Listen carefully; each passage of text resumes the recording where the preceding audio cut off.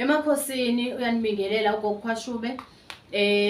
Uma uqala ukungena kuleli page lethu uyasubscribe uphinde ulike ukuze phela wonke amavidiyo esiwathumelayo kunina niwathole njengoba enjalo. Yonke imiyalezo esithumela kunina niyithole ukuze phela nisizakale kuzona zonke iy'nkinga eninazo. Namhlanje nje ngizothanda ukuthi ke sibheke kabanzi laphayana. Kunezinto kwesinye isikhathi oyaye uthola ukuthi ziyasihlupha, asazi ukuthi singasizakala kanjani. Namhlanje ngithanda ukuthi njena-ke ngisizothi ake singcwabeni izitha zithandwa zami. Ake singcwabeni izitha sihlukumezekile kakhulu emhlabeni, sihlushwa abantu esingazi ukuthi sibakweletani, abantu esingazi ukuthi sihlanganiseni nabo.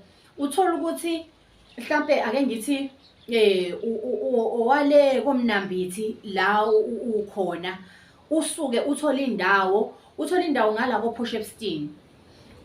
Lapho uma ufika kuleyo ndawo uyafika vele awazani namuntu, uzithengela indawo yakho uyoyihlalela khona. Nakho phela manje nasekhona umuntu ozokumonezela wena ukuthi wena wakha udlula abanye abantu, wena unemoto yohlobo oluphambili, wena unomuzi omuhle.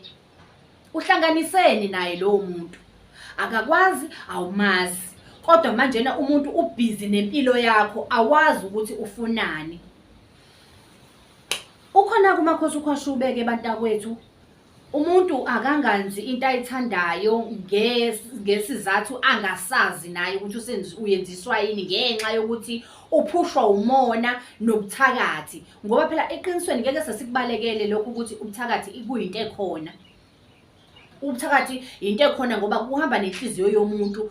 Umona lukhona ladwala nomuntu, kodwa kuyadependa ukuthi umona lakho ulisebenzisa kuyiphi indawo. Uyakwazi ukulicontrol umona lakho ukuthi alusebenze endaweni efanele, hayi nanoma ikephi. Wena sofanele uvimbe izinto zabantu, impumelelo yabantu ukuthi abantu mabangayi phambili nempilo yabo. Yini ufunani umuntu? Awusondele kumakhosi ukhwashube-ke mntakwethu, akusize usizakale abantwini abangazazi ukuthi bafunani kwabanye abantu.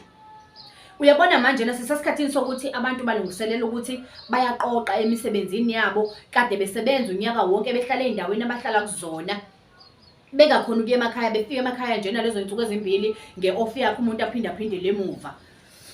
Yo makhosi, sorry. Umuntu angakwazi ukuthi ahlale ekhaya isikhathi eside, efike isikhathi esincane aphinde ejombe abuyele emsebenzini. Kunabantu manje abakulindile ukuthi fanele baginqe nemoto wena endleleni ungafiki ekhaya. Kunabantu abalindele ukuthi kufanele kukhalwe ekhaya kulezi iy'nsuku ningabi nako ukujabula. Akawusondeleke kumakhosi ukhwashube azokusiza kulezo y'nkinga.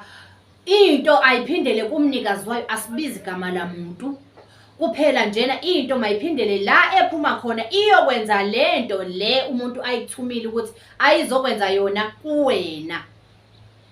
Ngoba wena ngamuntu, futhi wena wazi ukuthi wena uxabene nobani. Phela nje wena ubona izimo ezikulwisayo empilweni, izimo ezilwa nawe ezimelene nempilo yakho. Isikweletu awusazi, awulazi icala, kodwa uzithola ukuthi usenkingeni ngenxa yezimo ungazazi, awazi ukuthi uxabene nobani, ubangane nobani futhi. So-ke ngalokho-ke uzosizakala-ke uma usondela kumakhosi ukhwashube. Uthi ugoduka mntama ubuzilungiselele nawe ukuthi nje odila nawe akucaci ukuthi kwenzakalani. Into yakhe ngabe isilwane sakhe, isichitho sakhe, ngabe yini yakhe engcolile ayenzayo, ayiphinde kuyena, ingezi kuwena ngoba wena unalo icala, awunanga futhi umuntu. Uthola umuntu ozowusebenzisa, ozoqondana nawe, ozothatha izinto zakho ezithile sizozidinga lapho kuwena. Silokho-ke sesikhuluma ngalena-ke ngalesikhathi songithinta ukuthi hayi bo wemakhosi nginenkinga ewu-1 no-2 no-3, ngiyahamba futhi ngiye emakhaya. Noma ekhaya izimo azihambi kahle, siyafa emfene ehamba ikokote eminyango, silele ebusuku ihamba egcekeni, siyafa ikhova ezihlezi phezu kwezindlu ziyakhala. Isikhova bakwethu asihambe siyokhala kubo kaso, asingahambi isikhala emizini yabantu ngoba thina asizifunanga ikhova ngoba sizazi umsebenzi wazo sizozenzani. Isikhova sihambe siyokhala kubo, wena ube nepeace, ulale kahle ebusuku. ukuze phela ulalele amathongo wakho mefike ezokhuluma nawe. Azokhuluma nini amathongo wakho ngoba phela nazi iy'khova ziphi ziyakhala. Usuyasaba wena manje awusalaleke ebusuku, nayi ingane iyaqweqa amehlo ngalena, usuyagijima uyayehla uyenyuka. Sekufanele uphume ngobusuku uhambe uye kubantu uyocela usizo. Wone bani, uxabene nobani? Asingawafeli-ke amacala esingawazi bantakwethu, asizilungiselele ngoba phela vele uzofika emakhaya vele bakulindile, bayazi ukuthi uyeza wena. Bazokwenza sure ukuthi le date oyikalile wena ukuthi mina ngo-date ukuthi ngiyaphinda emsebenzini, awusezukuphinda-ke wena. Uzophathwa isibhobo, ulala ungavuki, uphalaza igazi, sekuyabe ugijinyiswa esibhedlela, usuyashona endleleni. Awuzilungiselele-ke singaze sikufice kwayikona leso simo, asingaze siqale ngisho uqala ukuthi nje size sibe khona isimo esikanjalo. Lungisa kusakuhle, kusakhanya, kusa-early, kusanesikhathi ngoba phela sikhonela kona ukuthi sinisize ukuze nikwazi ukumelana nezimo. Enye into ebalulekile, kubaluleke kakhulu ukuthi sivikele kunokuthi silaphe. Kunzima ukulapha kanti kungcono ukuvikela. Into ingakawuqali uyivikele wena, uhlale uzilungiselele ukuthi noma thiwa yisiphi isimo ohlangana naso, akube ukuthi sizokufica usesimeni esi-right. Into ingafiki igadle bese iyakunqoba. Into mayifike ishaye kodwa kungazweli. Mayingashaye into kuze kuzwele. Enye into enisihlupha ngayo, sifike sikhulume la, sikhulume kuze kome imphimbo, sinitshela.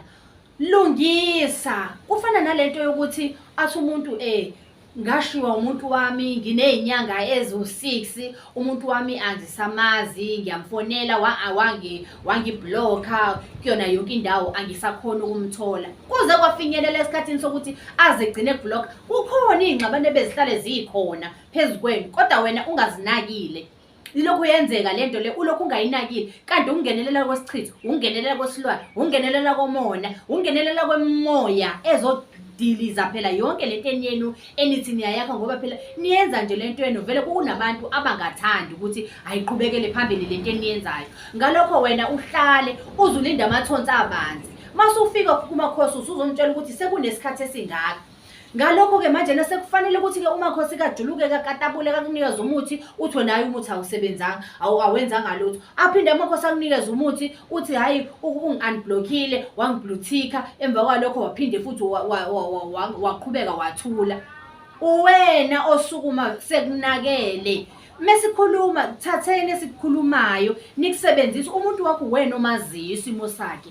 Awungalindi ukuthi kuze kugcine kushuba khona isikhathi la kuzoke kulalwe ungakhulunyiswana kuze kuse.